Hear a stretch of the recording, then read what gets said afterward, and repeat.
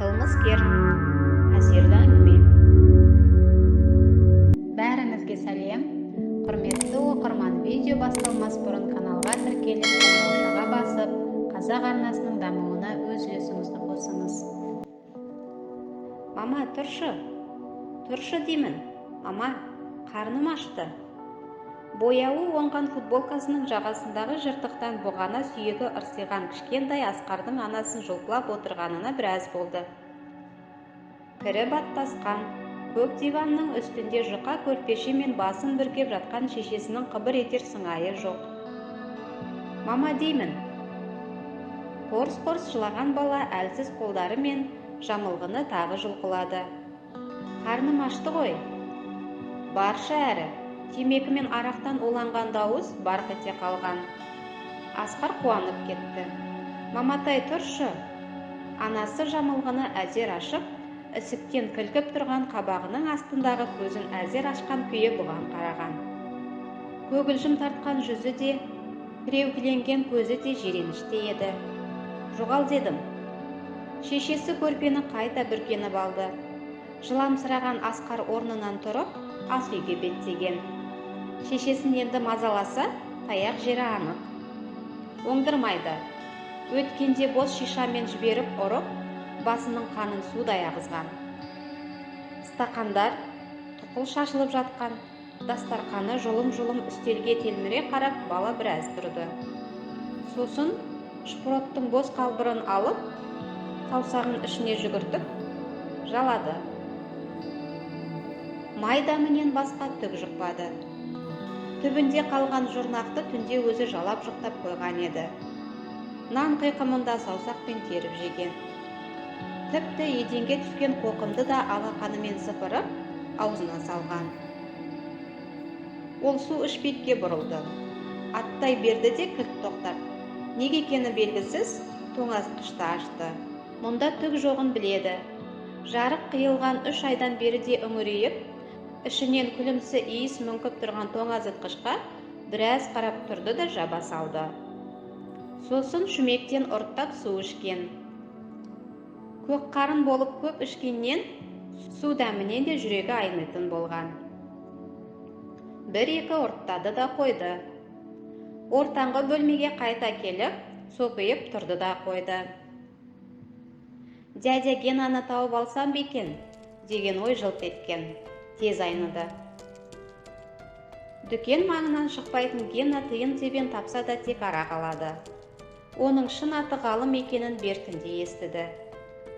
Көрші подъезде тұратын еркек мұнда жиі келеді. Жалпы келетіндер көп. Сол Гена бірде анасымен ішіп отырып, мұны еркелеткені бар еді. Үстіне балық салып, бір тілім нан берді.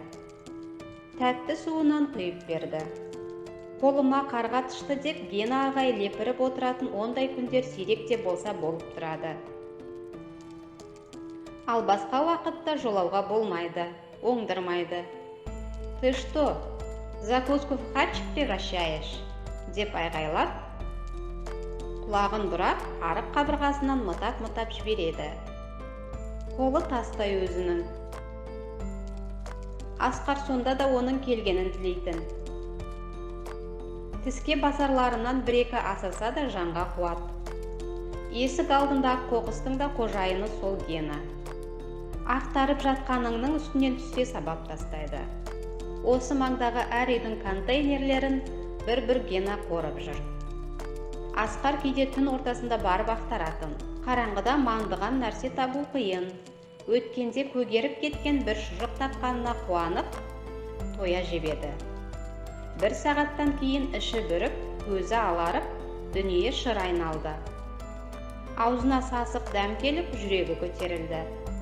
Айналасын құсық пен нәжіске былғап, 5 күн сұлық жатты.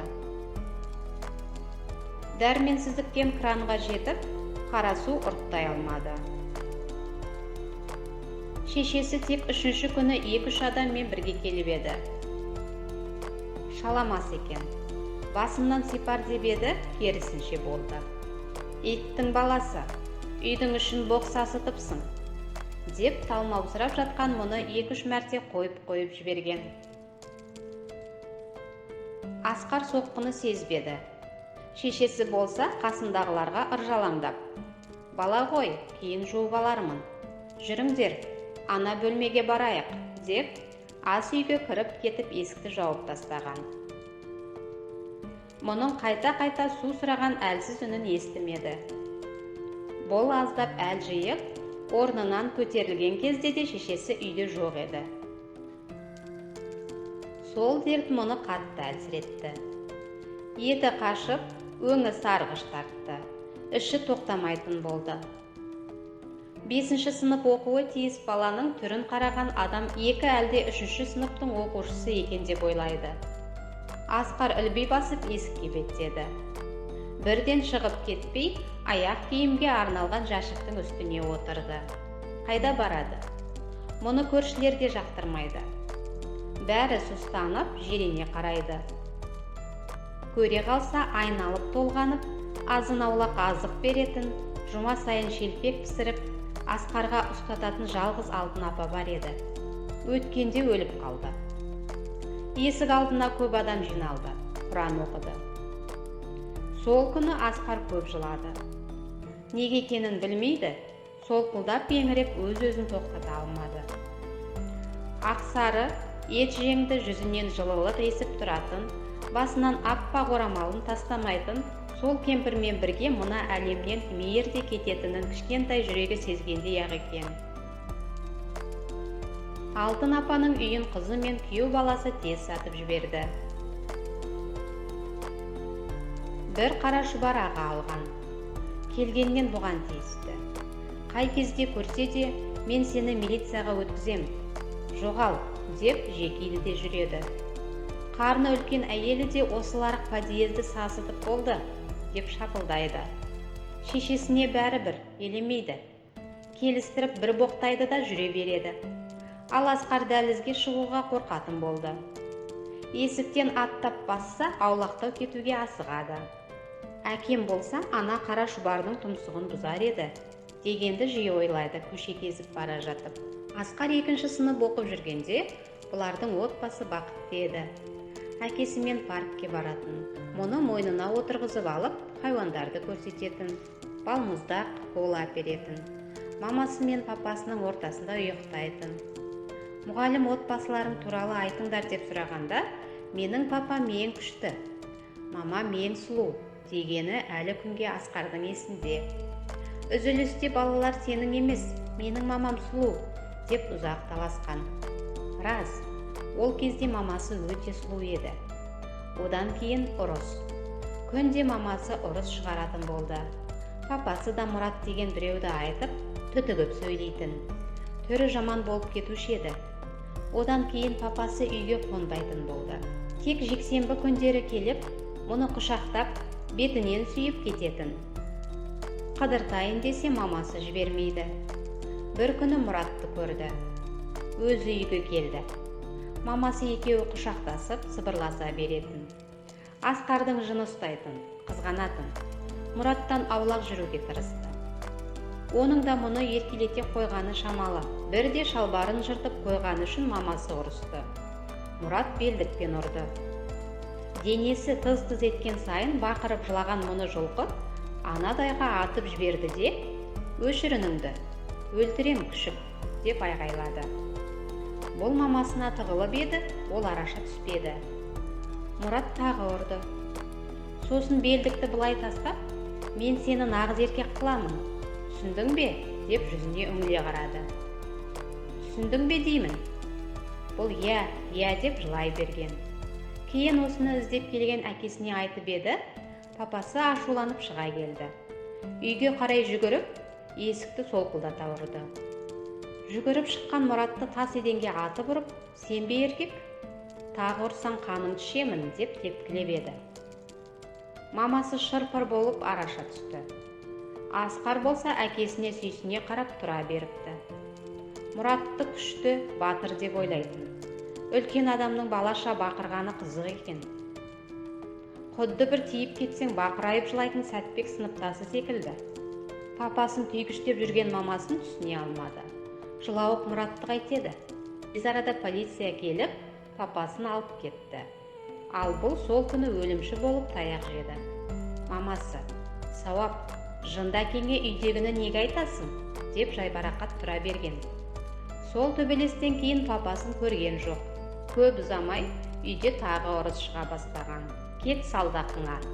деп мамасы шапылдайды. «Сенде қатын көп!» деп Мұрат зіркілдейді. Ақыры ол кетіп қалды. Бұл Асқар үшін ең қуанышты күн еді. Мұрат кетсе, әкем қайтып келеді деп ойлайтын. Олай болмады. Мамасы құрбыларымен шарап ішетін болды. Күнде болмаса да күнара жиналып ішеді. Ол күндерге Асқардың өкпесі жоқ. Тәтелер әдемі еді. Бұған кәмпит, киндер сюрприз әкелетін. Дастархан да мол. Кейін тәтелер келмейтін болды. Мамасы да жұмысқа бармайтын болды. Түске дейін ұйықтайды. Ал кешкісін дядя Гена секілділер келеді. Ішеді, келер күні түске дейін ұйықтайды. Кешке мамасы мұның мектепке бармай қалғанын да білмейді. Мұғалімі іздеп келіп, үйдің сықпытын көріп, бұл баланы приютқа өткізу керек деп кеткен. Одан кейін полиция киімін киген бір тәте екеуі келіп, мұның жылағанына қарамастан көлікке тиеп әкетті. Полиция тәтенің мектеп жанындағы бөлмесіне апарып, қағаз жазып жатқан кезде Асқар қашып кетті. Түн ортасына дейін үйіне жоламай, жақын маңдағы шоқ ағаштың арасында жасырынып отырды. Түнде бұқпантайлап басып үйіне келсе есік ашық. Мамасы ашық-шашық ұйықтап жатыр екен. Үстіне одеяло жапты да қатты құшақтап, бұл да ұйықтады. Асқар бұдан кейін де бірнеше рет қашты. Ақыры инспектор тәте де шаршады ғой деймін, тиіспейтін, келмейтін болды. Асқар орнынан тұрып, есіктен шықты. Подъезд іші ала көлеңке, салқын екен. Ауасы да таза. Баспалдақтарды санай басып далаға беттеді. Темір есікті шалқасынан ұстап тұрып, бұталардың арасынан сығалаған күнге қарап тұрды да жүріп кетті. Үміт жоқ, әйтеуір сүйретіліп жүріп келеді. Өстіп, қатарлас тұрған екі үйдің алдын кесіп өтті. Контейнерлер жаққа қарап еді, үйіліп, шыбыны құжынап, маңы ыбырсып жататын темір қораптардың бәрі бос екен. Қоқыс шығарушылар алып кеткен болар. Дүкен жақта Гена да көрінбейді. Асқар бос тұрған темір әткеншекке барып отырды. Папасы бар кезде әуелетіп ойнатушы еді. Қазір зауқы жоқ. Баяу ғана ырғалып, көзімен жер шұқып отыра берді. Оң аяғының ұшымен құмдауытты сызады. Кенет құм арасынан бірдеңе жылт еткендей болды. Сап-сары. Тез қимылдап іліп алған. 100 теңгелік екен. Баласын ойнатқан бір адамнан түсіп қалды-ау. Жүрегі тулап сала берді. Алақанындағы 100 теңгелікті әлемнің тұтас байлығындай қатты қысып, іздеп жүрген біреу-міреу жоқ па екен деп айналаға ұрлана қарап алды. Сосын мына жалғандағы ең үлкен қылмысын елге білдірмеу үшін орнынан баяу көтеріліп, жылыстай берді. Жан-жағына жәутеңдей қарап, тағы бір үйдің ауласынан өтті. Содан кейін ғана ух деп шекесінен шыққан суық терді сыпырып тастады. Бір мезетте кері қайтқысы келді. Біреу ақшасын жоғалтып, балалары аш отырған шығар. Бұл секілді көгерген шұжық жеп, ауыздарынан көбік ағып жатқан шығар. Асқар ойланып, ұзақтау тұрып қалды.